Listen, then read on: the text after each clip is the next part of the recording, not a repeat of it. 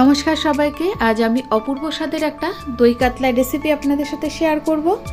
এটি গরম ভাত তো বটেই, এমনকি পোলাও বা ফ্রাইড রাইসের সাথেও কিন্তু অসাধারণ হয়। প্রথমে আমি মাছগুলোকে ধুয়ে লবণ আর হলুদ মাখিয়ে সর্ষের তেলে এপিটোপিট করে লাল করে ভেজে নেব। খুব কড়া করে মাছগুলো ভাজার দরকার নেই, একটু হালকা করেই ভেজে নেবেন। মাছগুলোকে আমি হালকা করে ভেজে একটা পাত্রে তুলে রাখবো। এরপর ওই তেলের মধ্যে আমি 6টা ছোট এলাচ আর 6টা লবঙ্গ আমি ফোড়নে দিয়েছিলাম। আপনাদের কাছে দারচিনি থাকলে দারচিনিও দিতে পারেন ফোড়নে, আমার কাছে ছিল না তাই দারচিনিটা দিইনি।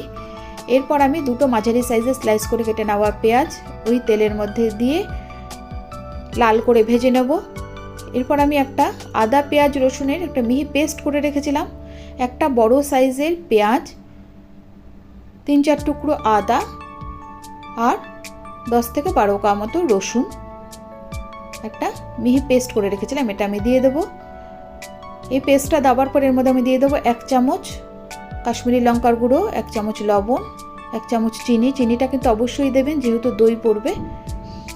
এরপর মশলাটাকে বেশ খানিকক্ষণ কষিয়ে নিয়ে তেল ছেড়ে বেরিয়ে আসলে এর মধ্যে আমি দই আর 4 মগজের একটা মিহি পেস্ট করে রেখেছিলাম, ওটা আমি কষিয়ে নেওয়া মশলার মধ্যে দিয়ে দেবো। আমি 2 চামচ 4 মগজ আর 4 চামচ দই নিয়েছিলাম। এরপর আরও খানিকক্ষণ মশলাটাকে কষিয়ে নিয়ে এর মধ্যে আমি দিয়ে দেবো পরিমাণ মতো জল। খুব বেশি জলের ব্যবহার করবেন না, এটা একটু গা মাখাই হবে।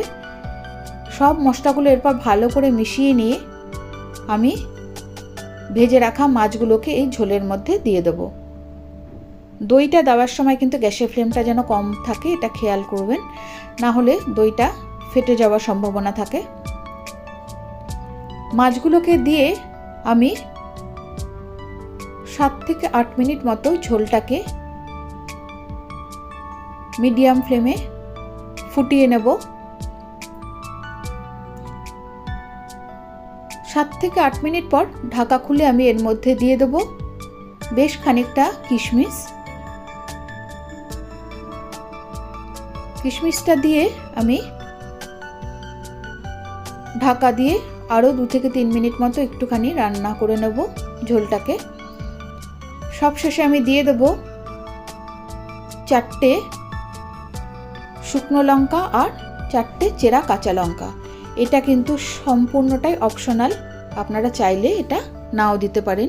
রেসিপিটি কেমন লাগলো জানাবেন, ভালো লাগলে অবশ্যই শেয়ার করে দেবেন।